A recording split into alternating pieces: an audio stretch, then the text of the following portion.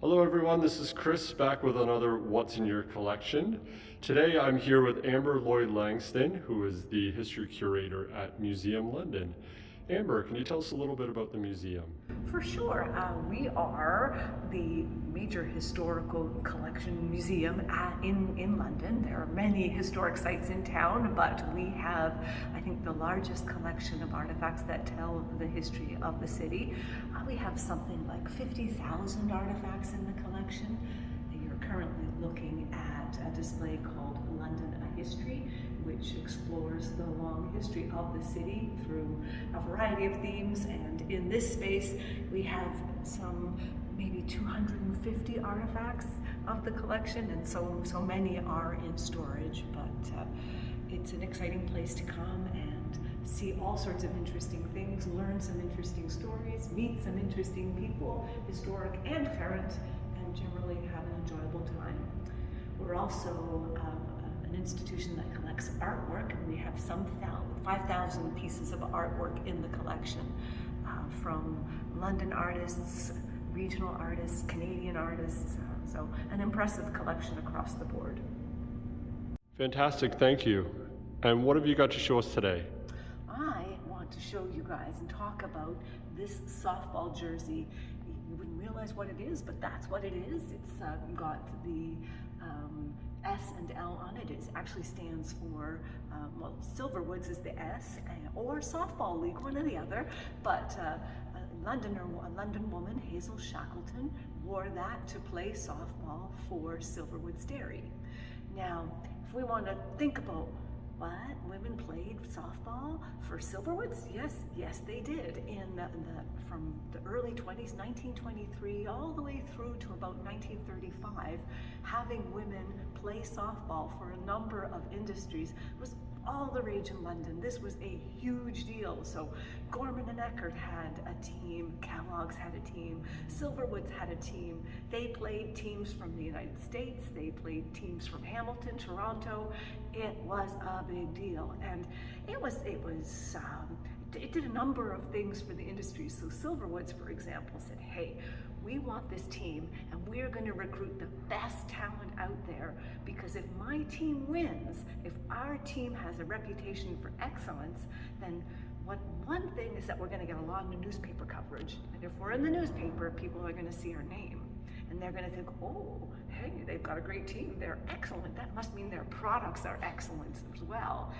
It was also a kind of corporate welfare, if you will. So to have these activities for employees was a way to make them feel valued. It was a way to build loyalty. And there were other initiatives too. That was just one type of corporate welfare. There were sometimes libraries, there were sometimes insurance policies, which potentially might seem a little more useful. But nonetheless, having an excellent baseball team or softball team was an important strategy on the part of these businesses. Now, this particular jersey belonged to Hazel Shackleton, as I mentioned, and she was actually not from London proper, but was actually brought up on a farm not far from London. She was in the Dorchester area. She was one of 10 children. She had 6 brothers, and then there were 4 girls as well in the family.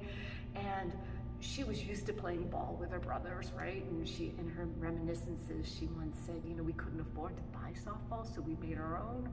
But she was very talented, having played with her brothers, and so she was actually scouted, right? So I did mention how important it was to have excellent teams. So these companies actually sent scouts out to find talent. Now, Hazel was only 15 years old when she was recruited in 1926.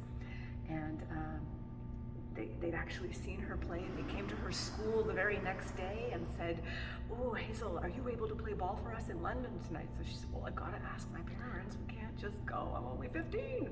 And so her parents weren't home, so she spoke with an older brother who said, listen, she can play tonight, but I can't guarantee that she'll ever be able to go back, but I can give her permission to go today. So she ultimately did get permission from her parents to play, but they said, you're only 15. You are not moving to London yet, young lady. You can play, but the company has got to find a way to get you home every night. And so they did. And what's the fun little thing with that one is that they did arrange a drive for her. They'd pick her up for practices and games, and then they'd take her home. She ended up marrying one of the drivers, so she found her husband that way too. When she got older, she was allowed to actually move into London, and she recalls that Mr. Silverwood, the owner of the dairy, was extremely generous to the women who on his team. He would take them out for meals. He treated them really, really well. For a brief period, for one season, Hazel changed teams and played for Gorman and Eckert, but then she went back to Silverwoods.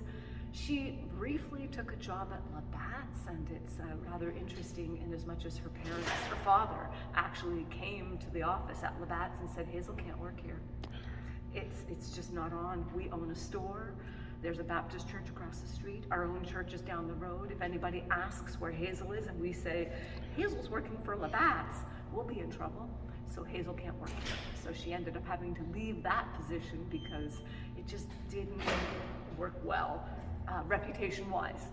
So she ended up playing, into the early 30s, and then once she married, she quit.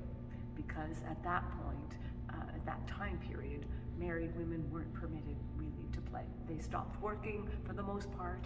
Technically, they were supposed to be supported by their husbands. This was the line of the day, and she was okay with that. She ended up moving to Toronto anyway, but and then actually Silverwood stopped playing in 35. The Depression hit, and there actually was no more industrial soccer leagues in the city until the Second World War in 42, when a couple more were founded.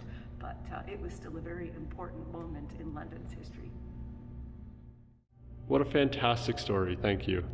If people want to learn more, how do they find you? Well, we're right downtown at the forks of the Thames, right at Dundas and Rideout. Number of bus routes can come here, and of course there is parking all over the place. We are by donation only, just so you know, so don't be hung up on ticket prices. And another thing you should know, we are open Wednesdays through Sunday from 11 until 5, and on Thursdays we're open until 8 p.m. We have 2 permanent exhibitions, the London A History exhibition that you've seen a portion of in this video. We also have a permanent art exhibition called Taking the Long View, and then we always have a slate of changing, rotating temporary exhibitions. We have a lovely gift shop, and there are also places to eat here. We have the Rhino Cafe for a coffee and a nibble. There's also the River Room if you fancy coming for a lunch or a sit-down meal of some sort. So many amenities right here downtown.